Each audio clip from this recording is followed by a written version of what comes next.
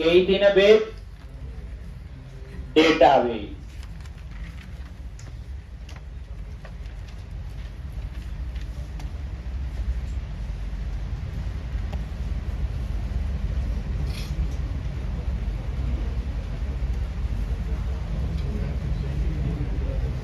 तो यहां पे क्लोज कर दिया। तो एक बार ये एम्प्लॉय वाला ही पेज था जिसपे हम काम कर रहे थे। कल भी बताया था, ओवरव्यू दिया था कि वेब कॉन्फ़िग में कनेक्शन सिंक लिखा। इसी लाइन पे रुक जाओ थोड़ी देर, क्या होता कनेक्शन सिंक, क्यों लिखा? जो माइंड में चीजें आई सारे आंसर आपको पता है कि कनेक्शन सिंक क्या होता है, क्यों लिखा है वेब कॉन्फ़िग में, ठीक, वो सारी कहानी आपको पहले पता होनी चाहिए, ठीक। उसके बाद आगे की कोड की कहानी हम लोग सीख सकते हैं, ठीक। तो एप्लीकेशन सर्वर लॉक होता है जी, डाटाबेस सर्वर लॉक होता है। एप्लीकेशन सर्वर और डाटाबेस सर्वर के बीच में कनेक्शन एस्टैब्लिश करना होता है। उसके लिए हमें एक कनेक्शन स्ट्रिंग चाहिए होता है, उसमें डाटाबेस सर्वर की पूरी डिटेल होती है। उस कनेक्शन स्ट्रिंग को हम वेब कॉन्फ़िग में लिख देते हैं ताकि हम एक जगह लिखें पूरे प्रोजेक्ट में यूज करें, एक जगह चेंज हो तो पूरे प्रोजेक्ट में, वेब कॉन्फ़िग में चेंज करें तो प्रोजेक्ट रीकंपाइल नहीं करना पड़ेगा, क्योंकि वेब कॉन्फ़िग जो है वो नॉन कंपाइल्ड फाइल होती है, क्योंकि किसमें बनी है वो एक्सएमएल। कितना टाइम लगा, सारी कहानी आ गई, ठीक। तो कहानी कोड की कहानी होगा, याद रखना, ठीक। तो हम लोग कंफ्यूज हो जाएंगे, रोज इतना इतना हम लोग पढ़ेंगे, ठीक। तो इसलिए कंफ्यूज ना हो, हर एक लाइन में बस रुकना है, क्यों क्या, और जितनी बार आप ये क्वेश्चन आंसर हुए उतनी बार आपकी एक इंप्रूवमेंट होगी। लो, तो हमारा कोड कितना हो गया था? सेव, डिस्प्ले, और जिस एम्प्लॉय पे क्लिक करें उसकी डिटेल आ गई, फाइन। आपको पता चल गया फाइन का कोड। आप देखो फाइन का कोड क्या है, एक अभी भी आपने अपनी कॉलेज में पढ़ रहे हैं, अपनी डिटेल देखनी, तो कॉलेज का रोल नंबर डालोगे, पूरी असाइनमेंट सारी डिटेल आ जाएगी, क्या है, एक आपने बिल जमा करवाना है बिजली का, अकाउंट नंबर डालो, आपके डिटेल, ये फाइन का कोड है।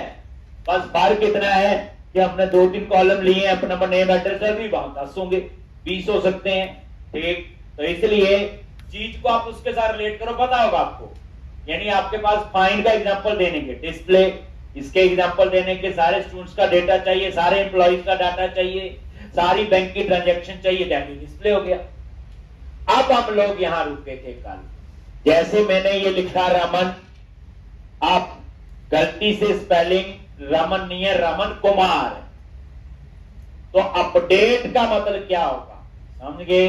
इंफॉर्मेशन को अपडेट कर, इंफॉर्मेशन को अपडेट करना।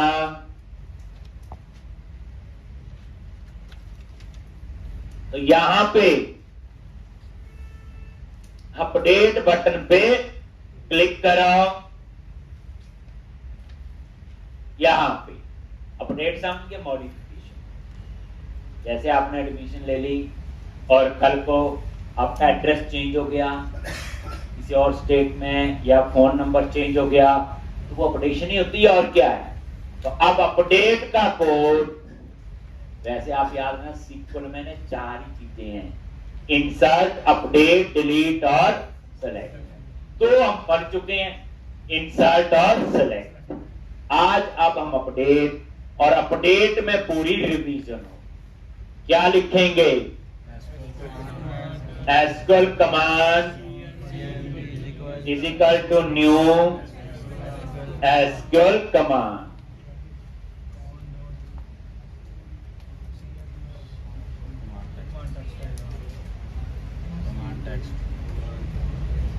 Command tags cmd dot command tags, और यहां अपडेट क्वेरी लिखनी है, क्या लिखोगे? अपडेट टेबल का नेम, जिस टेबल में आपने अपडेट करना है, अपडेट टेबल नेम, जिस टेबल में आपने अपडेट करना है। सेट कीवर्ड है, और कौन कौन से कॉलम अपडेट करने हैं। नेम चेंज हो सकता है, तो एम्प्लॉय नेम, ये टेबल में कॉलम का नेम है, लेफ्ट हैंड साइड पे कॉलम का नेम। और ये नेम आपका कहां से आएगा, पैरामीटर जो टेक्स्ट बॉक्स लगा हुआ, कॉमा, क्या आएगा उसके बाद, एम्प्लॉय एड्रेस। एड्रेस भी चेंज हो सकता है, जो जो चेंज हो सकता है, नेम चेंज हो सकता है, पहले स्पेलिंग गलत लिखे गए थे, एड्रेस, तो ये भी कहां से आएगा, तो याद रखना लेफ्ट हैंड साइड पे कॉलम के नेम है जो टेबल में है, और राइट हैंड साइड पे पैरामीटर है जिसमें वैल्यू आए। तो नेम चेंज हो सकता है, एड्रेस भी चेंज हो सकता है, और उसके बाद सैलरी, और ये सैलरी भी चेंज हो सकती है।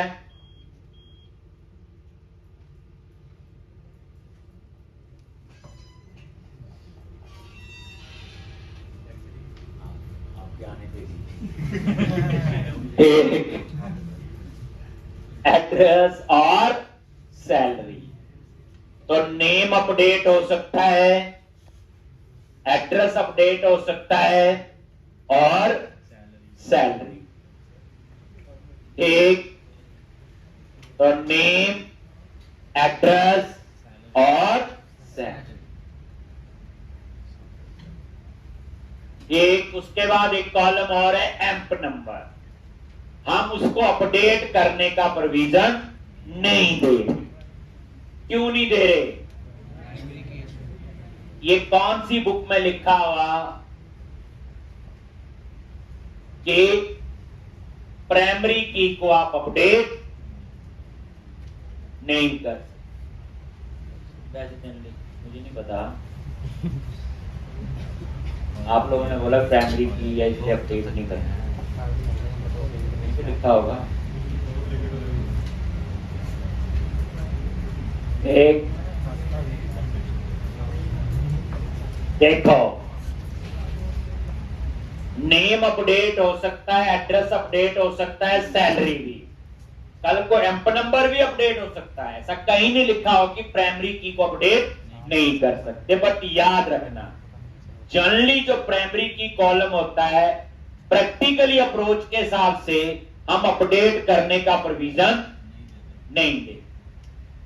प्रैक्टिकल अप्रोच, जैसे फॉर एग्जांपल बैंक में अकाउंट नंबर है, अब किसी का अकाउंट नंबर अपडेट करके किसी और को थोड़ी दे देंगे। अब आपका यूनिवर्सिटी का रोल नंबर है, पास हो चुके हैं, यूनिवर्सिटी छोड़ चुके हैं, तो आपका यूनिवर्सिटी का रोल नंबर किसी और को थोड़ी दे देंगे। प्रैक्टिकली सोचो, एक कंपनी में एम्प्लॉय है, चाहे एम्प्लॉय छोड़ चुका है, कल को उसकी वेरिफिकेशन आएगी, कैसे पता चलेगा, एम्प नंबर। कहने का मतलब है कि जनरली प्रैक्टिकली अप्रोच के हिसाब से हम प्राइमरी की को अपडेट करने का प्रोविजन नहीं दे सकते। अगर करना हो, गुस्सा है तो लिख दो, लो लिखना ही है, इसमें एम्प नंबर लिख दो, इसमें क्या अपडेट हो जाएगा। तो ये कहीं नहीं लिखा हुआ कि प्राइमरी की को अपडेट नहीं कर। ठीक, हाँ, प्रैक्टिकली अप्रोच के हिसाब से जनरली जो है अपडेट हो। ठीक, जैसे छोटा एग्जांपल है, एक फोन नंबर है, मान लो एक पर्सन ने एयरटेल में फोन नंबर यूज किया, वो यूएसए चला गया, अब वो नंबर तो वो यूज नहीं कर रहा है, वो बंद हो गया। कुछ टाइम बाद एयरटेल वाले दूसरे बंदे को दे ही देते हैं, देते नहीं देते, तो अपडेट हो गया। एक पहले वो फोन नंबर मेरा था, अब किसी और का हो गया, तो इसलिए समझ आ गया होगा कि अपडेट होना, फोन नंबर तो यूनिक ही होता है, डुप्लीकेट थोड़ी होता वो। तो इसलिए पर प्रैक्टिकली अप्रोच के हिसाब से हम ये प्रोविजन नहीं, लेकिन वेयर में तो आपको लिखना पड़ेगा @ENO।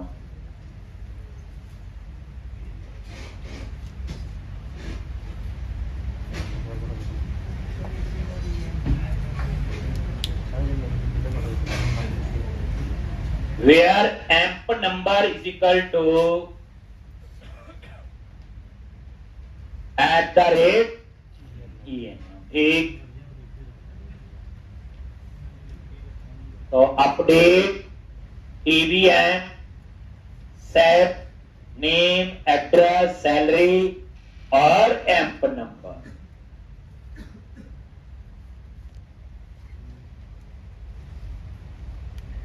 एक तो लास्ट में लिख दिया भाई किसी एम्प्लॉय का डेटा अपडेट करना है, अगर आप वेयर नहीं लगाओगे क्या क्या करेगा, पूरा टेबल ही अपडेट कर देगा। एक वेयर में आपने कंडीशन लगा दी नहीं, स्पेसिफिक एम्प्लॉय। एक बात और समझना, मैं वेयर के बाद कोशिश होती कि हम प्राइमरी की कॉलम को यूज करें या जिस कॉलम पे इंडेक्स हुआ हो, क्या हुआ हो, इंडेक्स, जिस कॉलम पे इंडेक्स। अब एम्प नंबर क्या है, प्राइमरी की, प्राइमरी की पे इंडेक्स बना होता है, क्लस्टर इंडेक्स बताया हुआ, तो परफॉर्मेंस बेहतर होगी। अगर नॉन इंडेक्स कॉलम होगा तो वही होगा बुक वाला एग्जांपल, ढूंढना पड़ेगा एक एक, तो परफॉर्मेंस स्लो होगी। तो इसलिए वेयर के बाद कोशिश करो कि उसी कॉलम को यूज करो कंडीशन में जिस पे इंडेक्स हुआ हो, जरूरी नहीं प्राइमरी की, और नेम पे भी इंडेक्स हो सकता है। ठीक, तो समझ आ गया ना, इंडेक्स रिट्रीविंग फास्ट। तो आपने देखा कल भी हमने फाइंड में वेयर एम्प नंबर यूज किया, आज अपडेट में भी हमने वो यूज। बस उसके आगे की कहानी पुरानी है। लो जी, क्या करेंगे, और उसके बाद जल्दी बोलो, parameter dot add with value, क्या आएगा, एम्प नंबर, कहां से, टेक्स्ट 1 डॉट टेक्स्ट,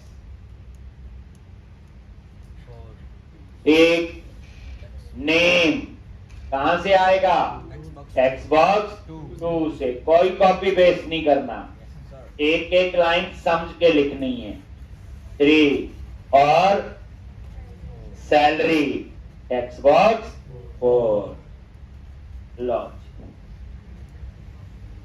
4 पैरामीटर है, 4 ही @ है, चारों हमने पास कर दिए, 4 टेक्स्ट बॉक्स लगाए हैं। पूरे माइंड में याद रखना, कहां से आएगा emp number, name, address, salary, text box से। ठीक, और उसके बाद cmd dot execute non query, cmd dot dispose, और जैसे सेव होगा, अपडेट होगा, लिस्ट बॉक्स रिफ्रेश हो जाना चाहिए।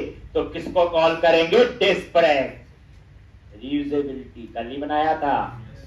एक, और उसके बाद टेक्स्ट बॉक्स क्या हो जाने चाहिए, खाली।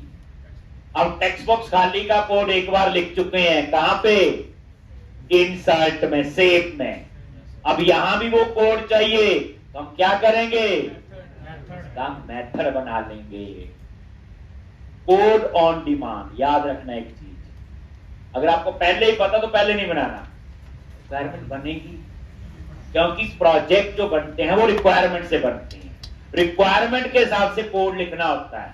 ये कोई सेट ऑफ लाइन नहीं भी ऐसे ही लिखना हमेशा। ठीक, तो अब यहां पे क्या लिखोगे, cmd dot execute non query.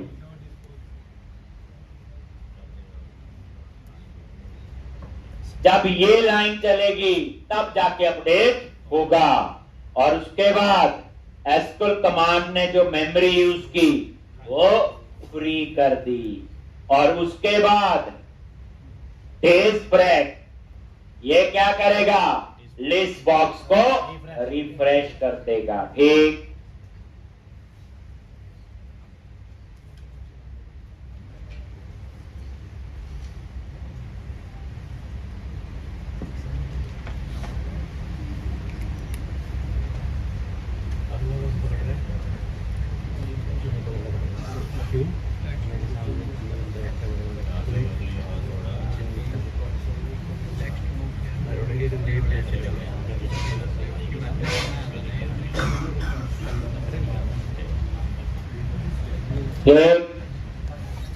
अब डिस्प्ले के बाद टेक्स्ट बॉक्स खाली करने हैं, तो टेक्स्ट बॉक्स एम्प्टी का कोड ऑलरेडी हमने कहा लिखा हुआ, सेव में। तो हमने वो 4 लाइनें लिखी हैं, 5 टेक्स्ट बॉक्स को खाली किया हुआ और टेक्स्ट बॉक्स 1 पे फोकस। अब वो कोड यहां चाहिए, या तो उस कोड को कॉपी पेस्ट करो, लेकिन सही तरीका वो नहीं है। हम उसका एक मेथड बनाएंगे और फिर उस मेथड को यहां पे जैसे डिस्प्रेक को कॉल किया, कोड छोटा नहीं हो गया। एक अब यहां पे क्या करो, ये हमने कल लिखा था सेव का कोड, ये लिखा हुआ, ये 5 लाइनें हैं, क्या करो, एक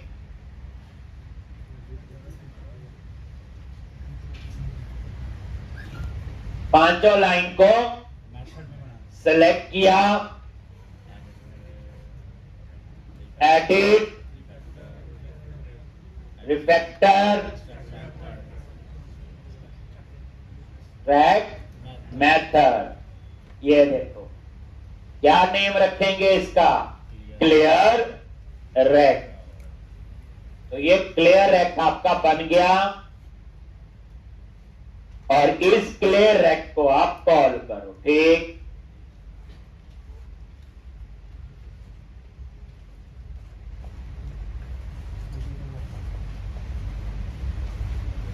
क्लियर है। अब ये जो क्लियर रैक है ये बन भी गया और ये कॉल भी हो गया, ठीक।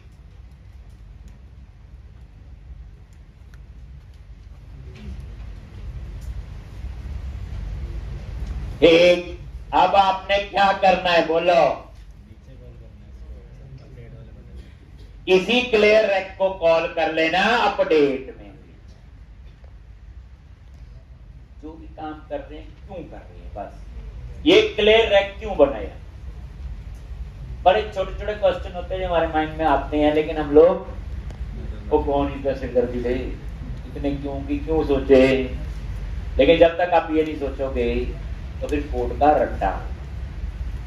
अब हमें ये वाला सेम क्लियर रैक कहां लिखना है, ये हमने अपडेट का कोड है और देखो यहां नंबर ऑफ लाइन आपकी क्या हो गई, काम। ये आपको आगे बताएंगे कोड ऑप्टिमाइजेशन में कि जितनी कम लाइन एक पेज पे लिखेंगे परफॉर्मेंस उतनी बेटर होती। वो आर्किटेक्चर बताएंगे, वो पैटर्न्स बताएंगे तब, ठीक। बट अभी सीधा तो लिख लें पहले। तो ये था आपका सिंपल सा कोड अपडेट का, ठीक। रन करोगे,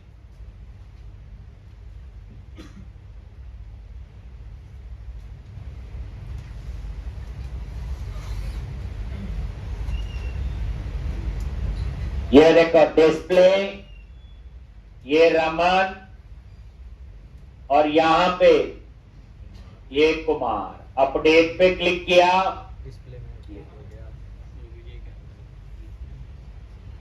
ठीक, देखो आगे अपडेट हो गया।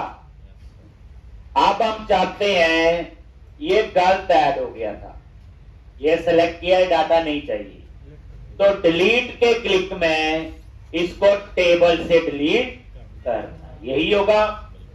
डिलीट के क्लिक में इसको कहां से, टेबल से। तो क्या करोगे, डिलीट।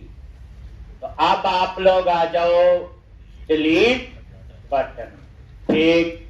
अब यहां पे भी सेम सा ही कोड होगा, पूरी रिवीजन है। क्या लिखोगे, एसक्यूएल कमांड। एसक्यूएल कमांड एक सील्ड क्लास है, सील्ड क्लासेस वो होती जिसे इनहेरिट नहीं कर सकते। एक cmd डॉट कमांड टेक्स्ट और यहां पे डिलीट फ्रॉम टेबल नेम। अगर मैं ऐसे लिखूंगा तो क्या करेगा, पूरा टेबल खाली कर देगा। लेकिन हमें तो स्पेसिफिक एम्प्लॉय का डेटा, अगेन वेयर में क्या यूज कर रहे, emp number, primary key column है, इंडेक्स हुआ होगा, ठीक। तो delete from table name where emp number, यहां पे आपसे क्वेश्चन पूछा जाता है डिलीट और ट्रंकेट में क्या डिफरेंस। एक डिलीट स्टेटमेंट होती है, डिलीट के लिए ट्रंकेट होती है, क्या डिफरेंस होता है? मैं नहीं पूछता, मुझे ना गुस्से में देखा करो, ये इंटरव्यू में पूछते हैं। ठीक, तो डिलीट और ट्रंकेट में क्या डिफरेंस? सुनाओ वैसे ट्रंकेट। Yes sir. क्या सुनाओ? ट्रंकेट में डिलीट करता है, बस उसका वो रह जाता है।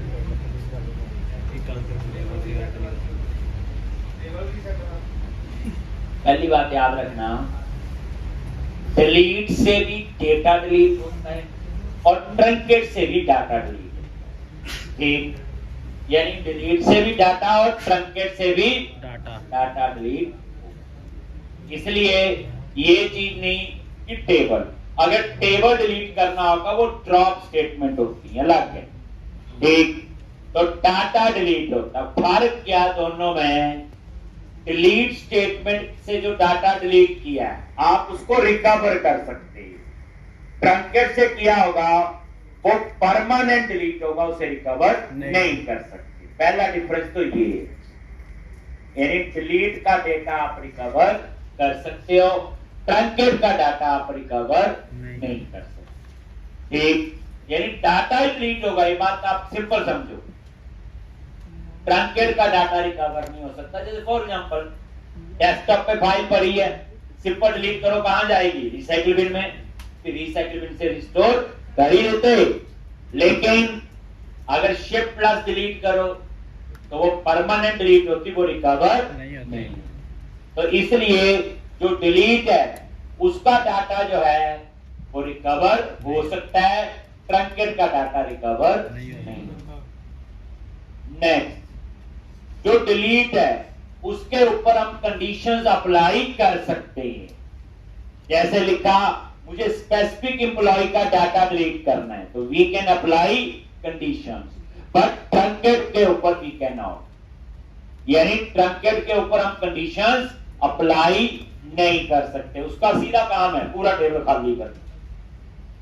यानी ट्रंकेट में आप ये नहीं बता सकते किसी एम्प्लॉय का डाटा डिलीट करना, कंडीशन नहीं लगा सकते। डिलीट में हम कंडीशन लगा सकते, ट्रंकेट में हम कंडीशन नहीं लगा सकते। एक और, मान लो एम्प टेबल में पहला कॉलम एम्प नंबर है, वो ऑटो जनरेट है, ये आगे सिखाएंगे, auto number, auto increment, identity. मान लो एम्प नंबर खुद जनरेट हुआ 1 2 3 करके, ऑटो इंक्रीमेंट 1 2 3 4 5 6 9 7 8 9 10। मान लो टोटल 100 एम्प्लॉय थे, तो एम्प नंबर जनरेट हो गया होगा 1 से लेके 100। मैंने क्या लिखा? सिंपल लिखा डिलीट फ्रॉम टेबल नेम, कोई कंडीशन नहीं लगाई। ये क्या करेगा? 100 के 100 रिकॉर्ड डिलीट करेगा। फिर मैं नया रिकॉर्ड जब डालूंगा तो वो एम्प नंबर 101 से शुरू करेगा। 100 रिकॉर्ड डिलीट हो चुके हैं, टेबल खाली है, वो कहां से शुरू करेगा? तो लास्ट होगा उसका +1, यानी 101, 102, 103। लेकिन ट्रंकेट से डाटा डिलीट करते हो सारा ही होगा, कंडीशन तो लगा नहीं सकते। बट ट्रंकेट के केस में अगर वो सारे रिकॉर्ड डिलीट हो गए, जब नया डालोगे तो 1 से शुरू करेगा।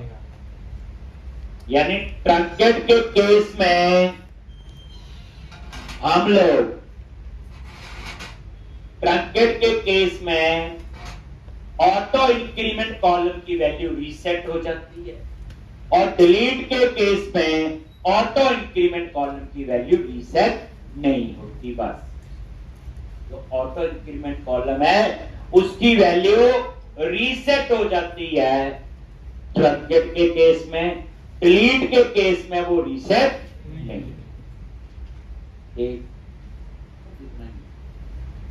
अब हमने आगे, अभी हमें डिलीट की जरूरत है, वैसे ज्यादातर यही यूज होता है, तो इंटरव्यू वाले का क्या दिमाग, क्या पूछते वो। लो नेक्स्ट क्या लिखना है बोलो? cmd.conf कनेक्शन और इसमें एक ही पैरामीटर पास करना है, क्या? Amp number. और ये एम्प नंबर टेक्स्ट बॉक्स में 1 आया होगा, क्योंकि पहले हम फाइंड करेंगे, यही होगा ना। पहले तो लिस्ट बॉक्स से एम्प्लॉय चूज करेंगे, उसकी इंफॉर्मेशन टेक्स्ट बॉक्स में आएगी, और उसके बाद ये वाला डिलीट का बटन प्रेस। तो ये एम्प नंबर कहां से आएगा? Text box 1। टेक्स्ट बॉक्स 1 में भी है, वैसे तो लिस्ट बॉक्स में भी है, अगर देखा जाए तो लिस्ट बॉक्स में भी है। बस एक ही @ था तो एक ही पैरामीटर पास किया, और cmd dot execute non query, cmd dot dispose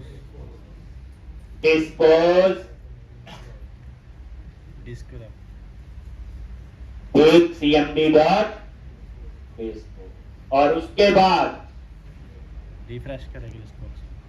यहां पे डिस्प्ले को कॉल कर लो, ताकि लिस्ट बॉक्स में वो रिफ्रेश हो जाए और टेक्स्ट बॉक्स क्या हो जाने चाहिए? क्लियर। देखो कोड कितना शॉर्ट है। एक तो ये एप्लीकेशन थी, एक सिंपल डाटाबेस के साथ कैसे एप्लीकेशन इंटरेक्ट करती है, और जो SQL की जो बेस्ट इंसर्ट, अपडेट, डिलीट और सेलेक्ट, यही 4 मेन क्वेरी जो यूज होती, चारों को हमने यहां पे यूज किया। एक अब ये एप्लीकेशन आपकी कंप्लीट हो गई। अब इस एप्लीकेशन को आपने 3 से 4 बार करना कैसे? पहले देखो डिस्प्ले पे क्लिक किया, अब ये एम्प्लॉय गलत ऐड हो गया, क्लिक किया, फाइंड हो गया पहले, और उसके बाद डिलीट। ये भी एक गलत ऐड हो गया है, और खाली छोड़ दिया, एरर आएंगे, वो छोड़ो, वो बात की बात है, वैलिडेशन पढ़ेंगे तब सोचिए। ठीक, हमारा एक सिंपल फ्लो कंप्लीट हो। अब आपकी ये पूरी एप्लीकेशन बन गई, करने की जरूरत नहीं, दोबारा यही बनानी, तो डाउट होंगे वो क्लियर हो जाएंगे। ठीक, अब आपने इसकी प्रैक्टिस क्या करनी? पहला पॉइंट, इस पूरी एप्लीकेशन का एक अंडरस्टैंडिंग डॉक्यूमेंट बनाओ।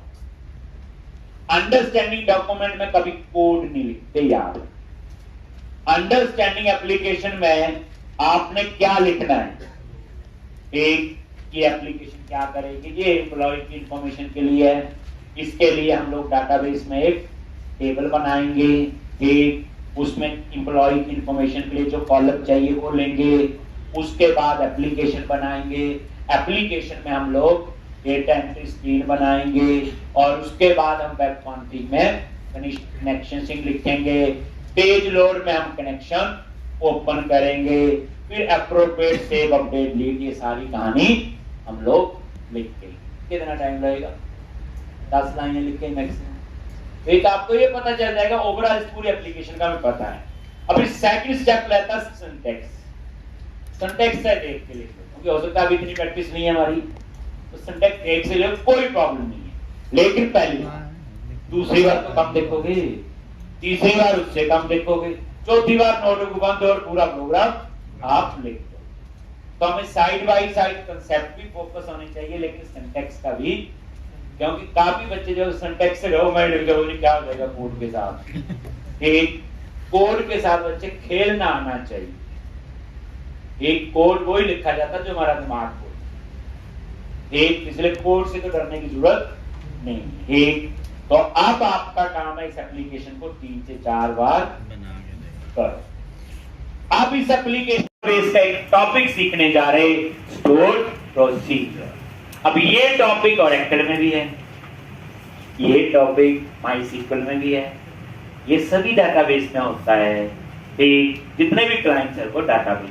ठीक, तो पहले हम लोग, आज का लेक्चर लगेगा, कल का भी थोड़ा उसी पे लगेगा, फिर वापस यही एप्लीकेशन दोबारा से बनाएंगे, बस इनलाइन क्वेरी से काम नहीं करेंगे।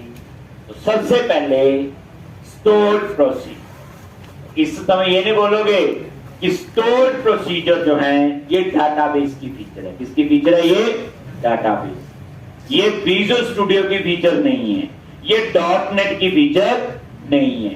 तो अभी हम पढ़ने जा रहे हैं स्टोर प्रोसीजर, और ये जो टॉपिक आपका किसका है, माइक्रोसॉफ्ट एसक्यूएल सर्वर। तो स्टोर प्रोसीजर क्या होते हैं, क्यों बनाते हैं, आप ये क्यों पढ़ रहे हैं, कोई बता सकता है?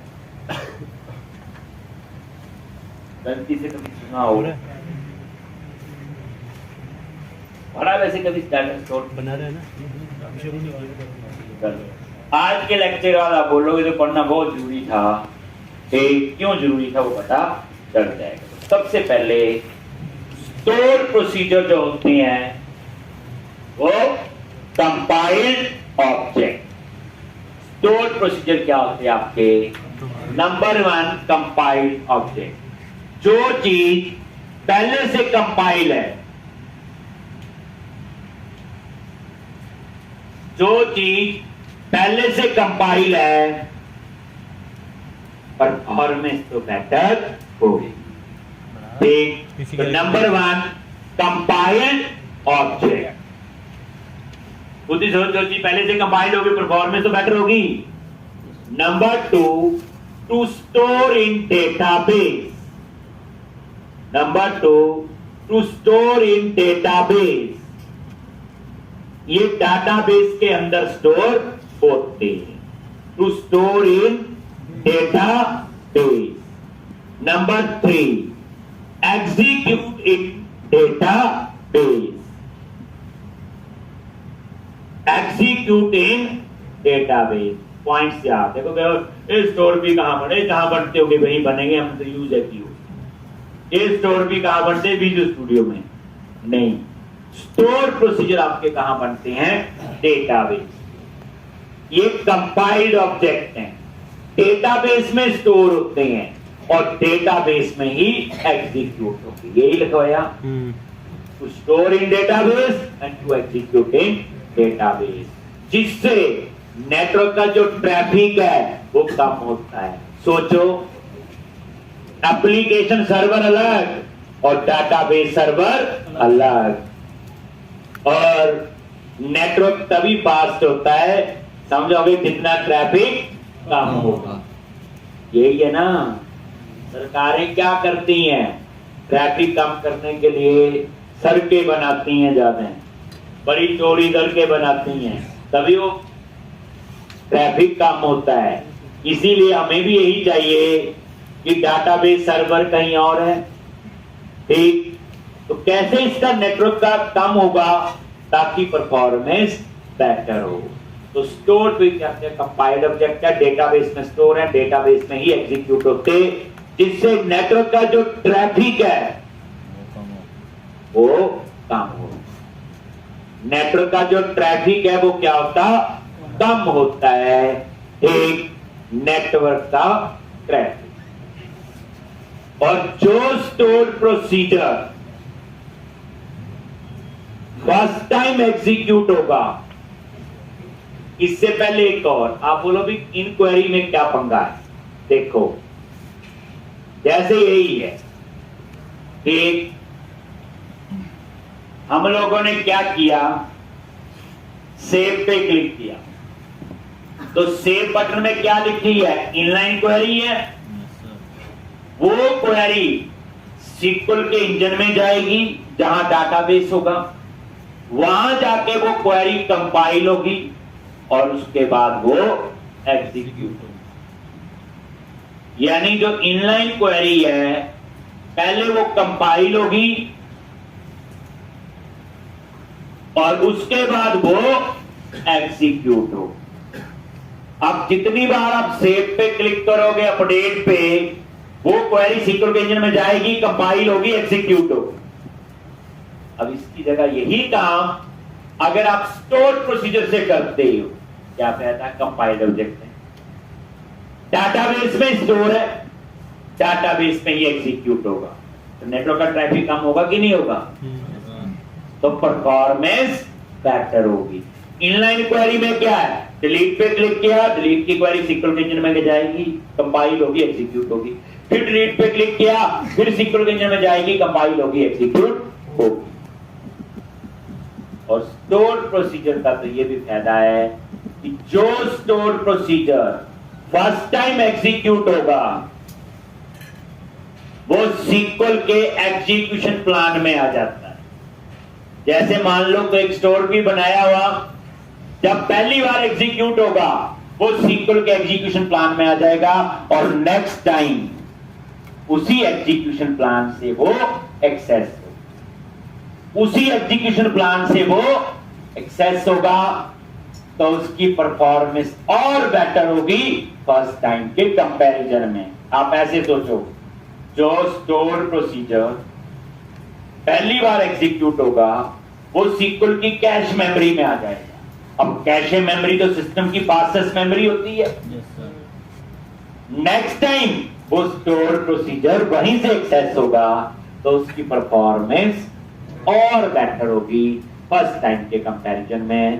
तो जो स्टोर प्रोसीजर है वो क्या होते हैं? कंपाइल्ड ऑब्जेक्ट हैं, डेटाबेस में स्टोर होते हैं, डेटाबेस में ही एग्जीक्यूट होते हैं, जिससे नेटवर्क का ट्रैफिक कम होता है। और जो स्टोर भी फर्स्ट टाइम एग्जीक्यूट होता है वो SQL के एग्जीक्यूशन प्लान में आ जाता है और नेक्स्ट टाइम उसी एग्जीक्यूशन प्लान से वो एक्सेस होता है तो उसकी परफॉर्मेंस और बेटर होती फर्स्ट टाइम के कंपैरिजन में। इसलिए हम कहते हैं कि स्टोर प्रोसीजर जो है वो परफॉर्मेंस वाइज बेटर होती हैं इनलाइन क्वेरी के कंपैरिजन।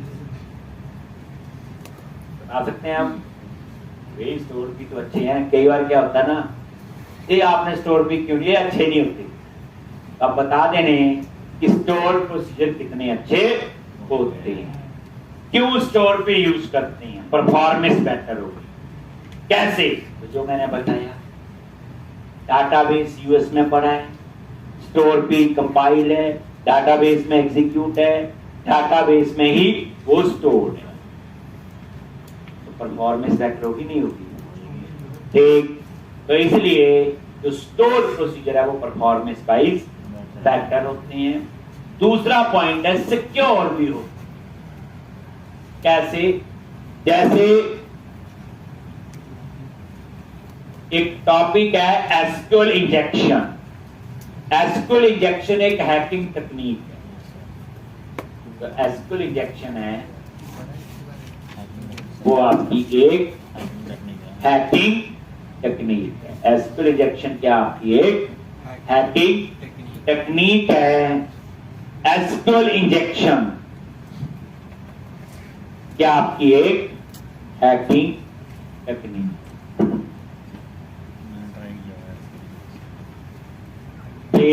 एसक्यूएल इंजेक्शन एक हैकिंग टेक्निक है जो इनलाइन क्वेरी पे अप्लाई हो सकता है, स्टोर प्रोसीजर पे अप्लाई नहीं हो सकता। यानी एसक्यूएल इंजेक्शन एक हैकिंग टेक्निक है जो इनलाइन क्वेरी पे अप्लाई हो सकता है। याद रखना, होगा नहीं बोला मैंने, इनलाइन क्वेरी पे अप्लाई हो सकता है बट स्टोर प्रोसीजर पे अप्लाई नहीं हो।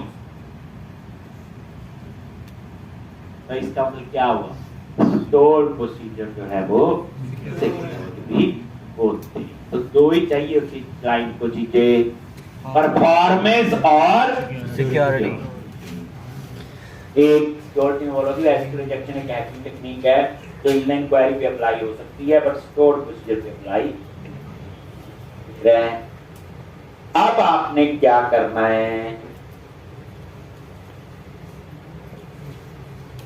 सीखने हैं कि कैसे हम स्टोर प्रोसीजर बनाएं। ओके जी, how to create store procedure. कैसे बनाओगे? Click on view menu and click on बताया हुआ server explorer. Database DB employee 116। ठीक,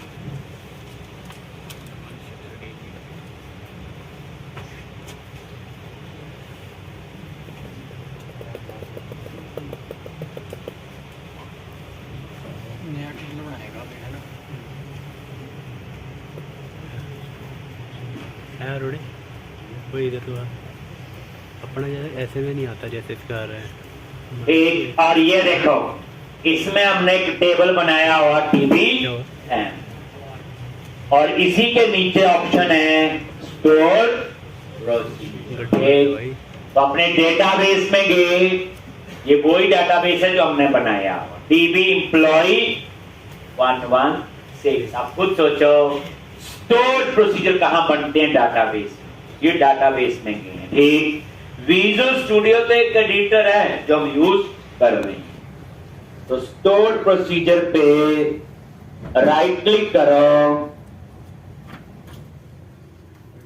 ऐड न्यू स्टोर प्रोसीजर।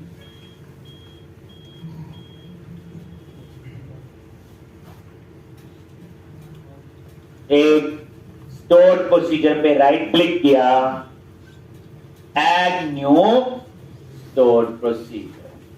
ये इसका सिंटैक्स है। ध्यान, आज कोई पूछे भाई स्टोर पे क्यों पढ़ रहे हैं, आंसर दे दोगे ना? भाई परफॉर्मेंस वाइज बेटर होते हैं और सिक्योर होते हैं। कैसे? सारी कहानी आपको पता है। ग्रेट, यही होता है ना पहले, भाई पढ़ क्यों रहे हैं? ये आंसर तो मिल गया। स्टोर भी टॉपिक एक इंपॉर्टेंट टॉपिक। तो क्रिएट प्रोसीजर और यहां पे उसका स्टोर प्रोसीजर का नाम। सबसे पहले सेव के लिए इज एम रख दिया, तो एम्प्लॉय लेबल में इंसर्ट कर इज एम, और यहां पे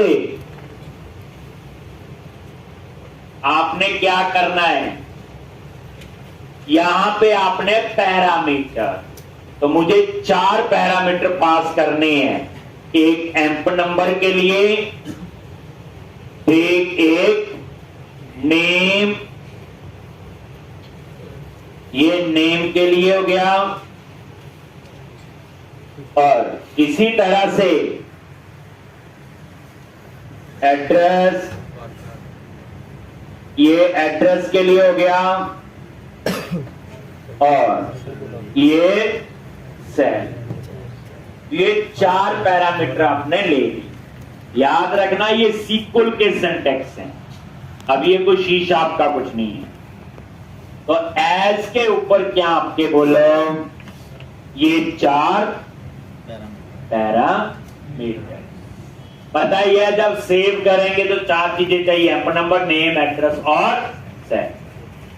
तो ये पैरामीटर है। और एज के बाद क्या होता है आपका, ब्लॉक। एज के बाद क्या होता है, ब्लॉक। ठीक, तो यहां पे आप कोड करोगे एसक्यूएल। तो वैसे कोई पूछे स्टोर भी होते ही हैं, तो आप बोलोगे group of sequel statement. Sequel लिखी जाती है, शी शार्प नहीं लिखी जाएगी। डाटाबेस की बेस लैंग्वेज क्या होती है, स्ट्रक्चर्ड क्वेरी लैंग्वेज, एसक्यूएल। तो इसके अंदर एसक्यूएल ही लिखी जाएगी, कुछ और नहीं लिखा जाएगा। ठीक, तो ये ग्रुप ऑफ सीक्वल स्टेटमेंट है। बस एक बार ये स्टोर भी बन गया, फिर इसे जितनी मर्जी बार एग्जीक्यूट करो आप लोग। तो अब एज के बाद हमने लिख दिया सिंपल। अभी तो हमारी जरूरत इतनी है, इंसर्ट क्या था, टेबल नेम, वैल्यूज और ENO, EN, ED और ES।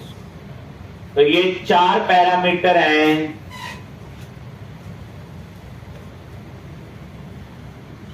Insert, TBM, value, amp number, name, address और सेल। देखो क्वेरी तो वही थी, इनलाइन क्वेरी जो लिखी थी उठा के कहां लिख दी, यहां पे। अब किसी को ना आते हो स्टोर, पता नहीं क्या चीज है, बड़ी मुश्किल चीज है, बन गया ये। और उसके बाद सिंपल अपडेट पे क्लिक करो। कहां पे क्लिक करोगे, अपडेट। तो ये अपडेट का बटन है और उस पे क्लिक, अपडेट डेटाबेस, और ये स्टोर प्रोसीजर बन। अब हम एक और बनाएंगे, किसके लिए? अपडेट के लिए। ये एक बन गया। दोबारा देखो, सर्वर एक्सप्लोरर पे गए, फिर स्टोर पे राइट क्लिक किया, ऐड न्यू स्टोर प्रोसीजर, और यहां पे क्या लिखोगे?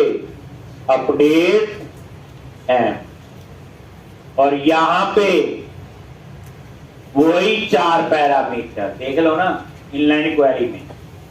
अपडेट में भी यही 4 पैरामीटर चाहिए, एप नंबर, नेम, एड्रेस और सैलरी। और यहां पे क्या लिखोगे? अपडेट टेबल नेम, वही सेम आज ही करवाई, यही 4 पैरामीटर थे। सेट ई नेम कहां से आएगा? पैरामीटर से। एड्रेस ईडी, ई सेल सैलरी, और उसके बाद name, address, salary, where, emp number is equal to EN। Same. अब ये एक और स्टोर प्रोसीजर बन गया। 4 पैरामीटर हैं, एम्प नंबर, नेम, एड्रेस और सैलरी। ये अपडेट की क्वेरी अभी करवाई आपको। अब वो इनलाइन क्वेरी थी, C# में लिखी थी।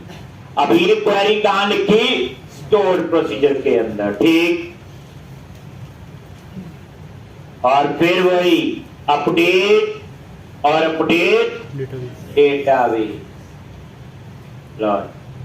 अपडेट हो गया।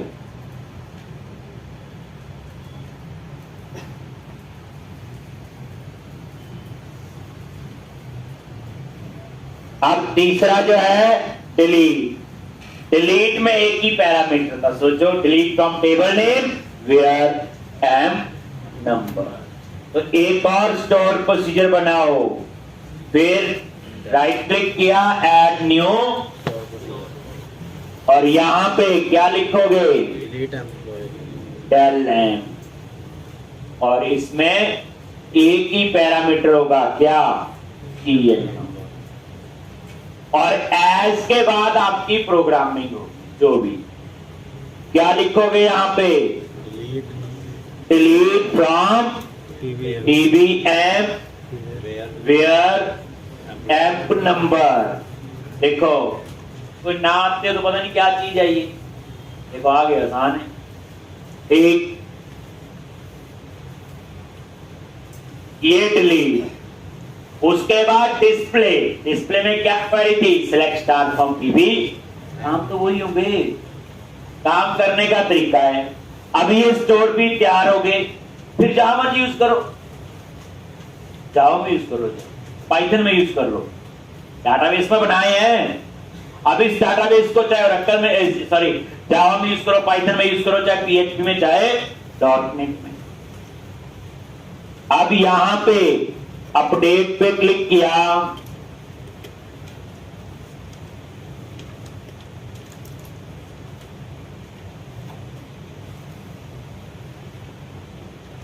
Update database. ठीक, ये एक और।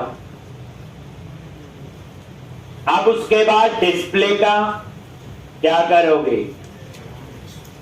यहां गए, ये देखो 3 आ गई। अब फिर स्टोर पे राइट क्लिक किया, ऐड न्यू स्टोर प्रोसीजर, और यहां पे डेज एंड, और यहां पे एज से पहले। अब डिस्प्ले में कोई पैरामीटर नहीं है, तो बिना पैरामीटर फंक्शन हो सकता है?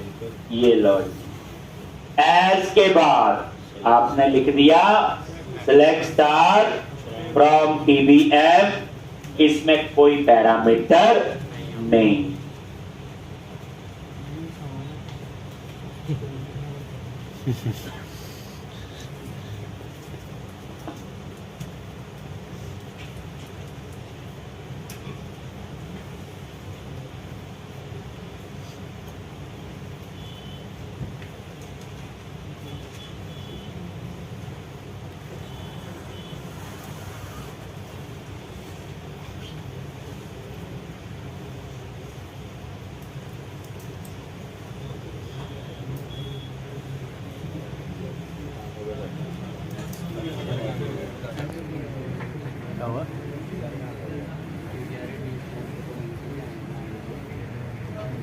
हिंदी का मतलब ठीक, और अपडेट, इसमें कोई पैरामीटर नहीं, तो एज के ऊपर कोई अपडेट और update data.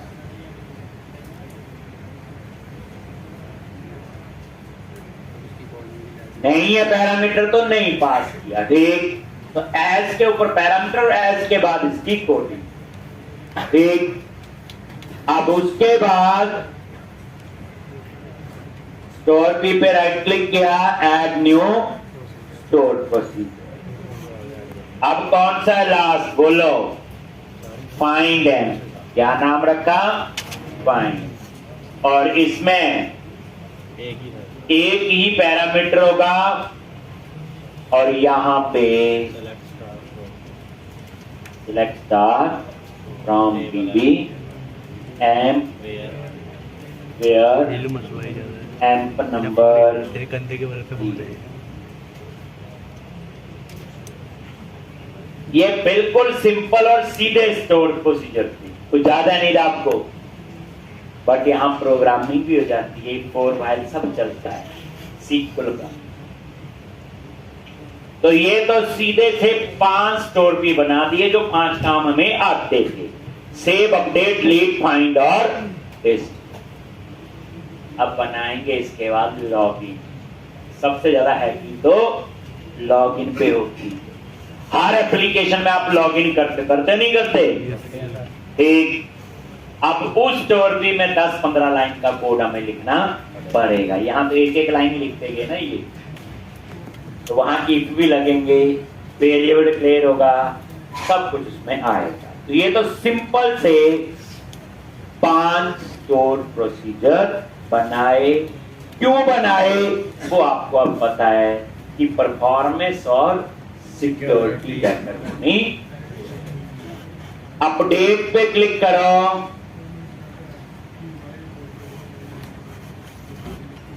Update data.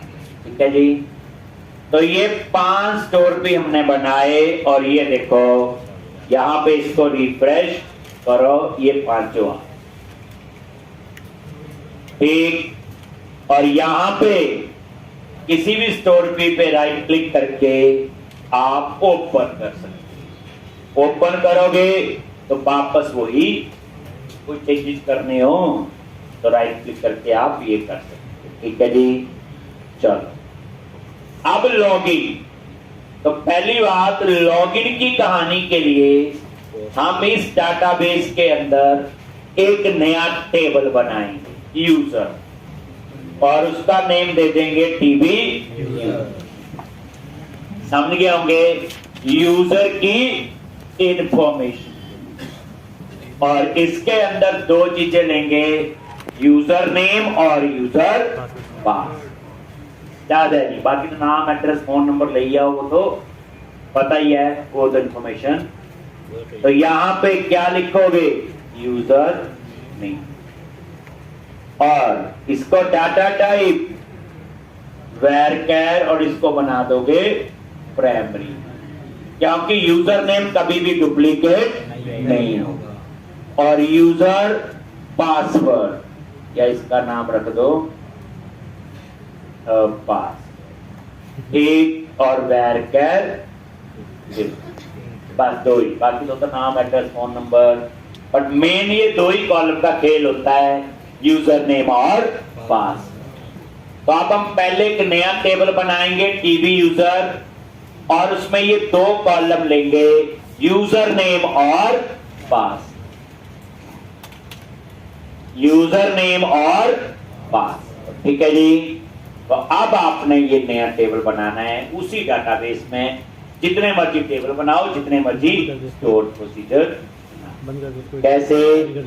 Login, server explorer, अभी एक ही टेबल है, उसी डाटाबेस में रुकोगे 116, तो टेबल्स पे राइट क्लिक करो, ऐड न्यू टेबल, ये करवाया हुआ सारा, ऐड न्यू टेबल। और ये देखो पहला कॉलम क्या दिया? यूजर नेम, डाटा टाइप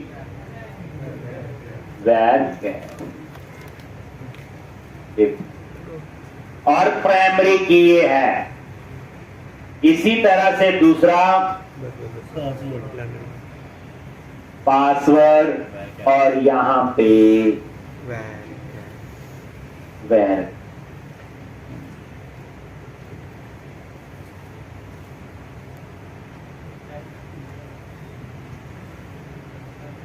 और टीबी यूजर।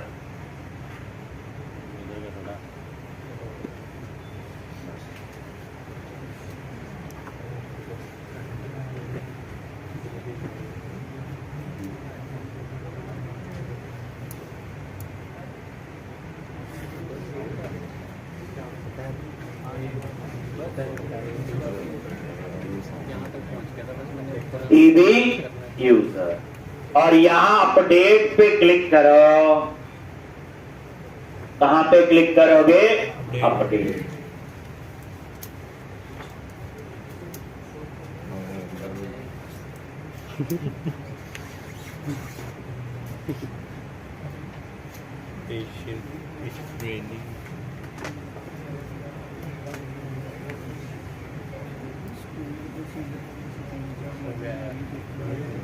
अपडेट पे क्लिक करो तो ये एक नया टेबल बन जाएगा, टीबी यूजर, और 2 कॉलम होंगे, यूजर नेम और पासवर्ड। और अपडेट पे क्लिक करो, टेबल अपडेट डेटाबेस।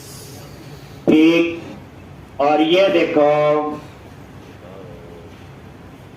और ये सर्वर एक्सप्लोरर में जाओगे तो ये बन। ये देखो, रिफ्रेश करो इसको, ये देखो, ये 2 टेबल बन गए और ये 5 स्टोर प्रोसीजर। अब हम एक और स्टोर भी बनाएंगे, लॉगिन चेक, क्योंकि सबसे ज्यादा हैकिंग लॉगिन पे होगी। एसक्यूएल इंजेक्शन लॉगिन पे कोशिश करेगा। ठीक, तो अब ये देखो, अगर मैं एक बार लॉगिन चेक बना लूंगा, 100 लोग लॉगिन कर रहे हैं, तो वो स्टोर की परफॉर्मेंस तो बेटर होगी। पहले के लिए एग्जीक्यूशन प्लान में आ जाएगा, नेक्स्ट टाइम वहीं से एक्सेस होगा, कोई हैक नहीं कर सकता, सिक्योर भी होगी। तो स्टोर प्रोसीजर पे राइट क्लिक करो, ऐड न्यू स्टोर प्रोसीजर, और यहां पे आपने क्या लिखना है? बोलो, लॉगिन चेक। ये स्टोर प्रोसीजर का नेम दे दिया, और इसके अंदर आपने 2 पैरामीटर पास करने हैं, यूजर नेम और पासवर्ड। तो @UN यूजर नेम और ये वैरकर दे दिया, कॉमा @यूजर पासवर्ड और ये वैरकर दे दिया।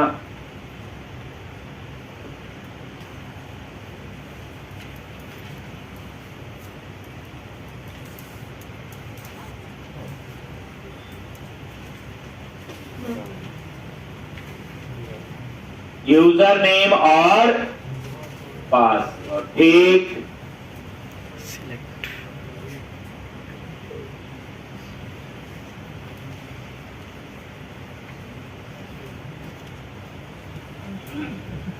तो ही चाहिए, यूजर नेम और पासवर्ड पास करेंगे।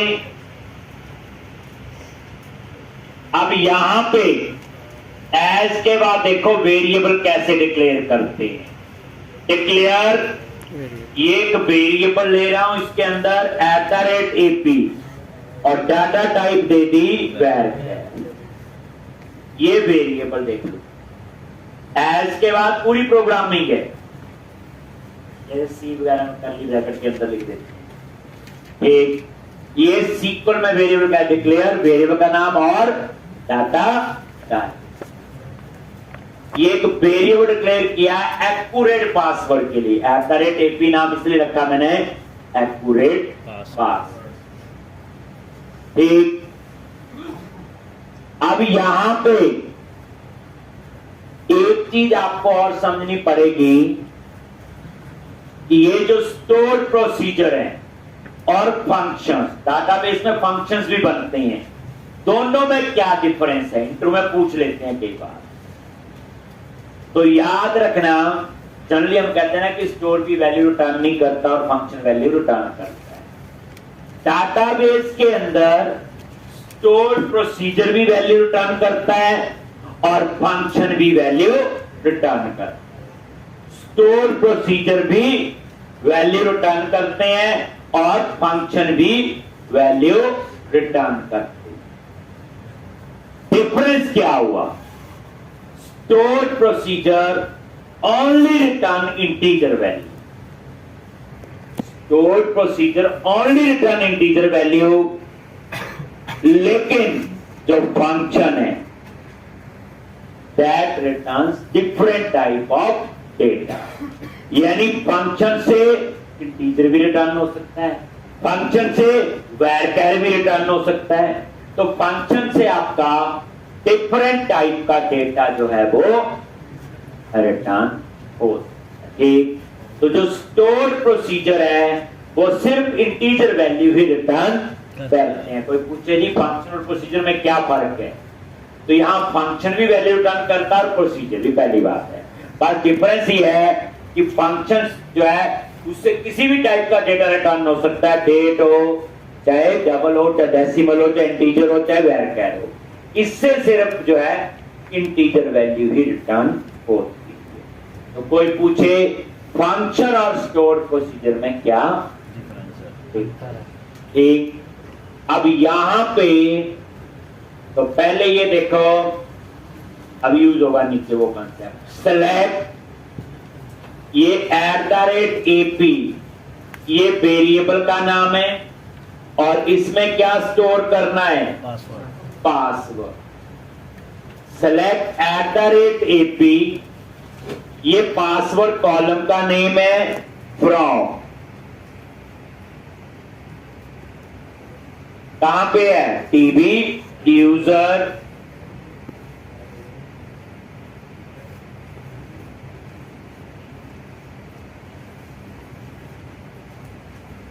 टीबी यूजर, और यहां किसका पासवर्ड आएगा? Where user name is equal to ऊपर जो आपका पैरामीटर। तो ये क्या करेगा? @UN में क्या होगा? User name. यहां पे मैंने इस यूजर नेम को मैच किया डाटाबेस के कॉलम के साथ। अगर ये यूजर नेम मैच हुआ तो @AP में उसमें आ जाएगा एक्यूरेट पास। अगर मैच नहीं हुआ तो @AP में आएगा नल। अभी हम रिज्यूम कर रहे हैं कि पासवर्ड जो है वो नल नहीं हो सकता, वो वैलिडेशन बात की बात है, लगाएं। यानी ये क्वेरी क्या कर रहे, देखो एक वेरिएबल में डाटा कैसे स्टोर करते, तो @AP में क्या आ जाएगा? पास। एक कहां से? User table. किसका? जो यूजर नेम यहां पास किया होगा। अगर ये यूजर नेम मैच नहीं हुआ, गलत है, टेबल में किस नहीं करता, तो @AP में नल आएगा। अगर ये मैच करता है ठीक, तो यहां पे एक, तो कहने का तो मेरा यह है कि हम पहले चेक कर रहे हैं कि यूजर गलत है कि ठीक है, फिर चेक करेंगे पासवर्ड गलत है कि ठीक है, क्योंकि बाद में ये मैसेज भी देने हैं रॉन्ग यूजर रॉन्ग पासवर्ड। ठीक है जी, मेरे ख्याल से ज्यादा ना हो जाए आज, तो इतना आप करके आओ पहले।